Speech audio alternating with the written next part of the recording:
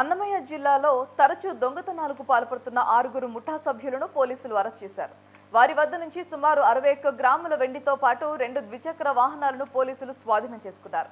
రాయచోటి ప్రజలు దొంగతనాల పట్ల అప్రమత్తంగా ఉండాలని, సుదూర ప్రాంతాలకు వెళ్లే వారు పోలీసుల సూచనల ప్రకారం ఎల్హెచ్ఎస్ అమర్చుకోవాలని సూచించారు. దొంగతనాల బారిన పడకుండా జాగ్రత్త పడాలని సిఐ వెంకట చలపతి వెల్లడించారు.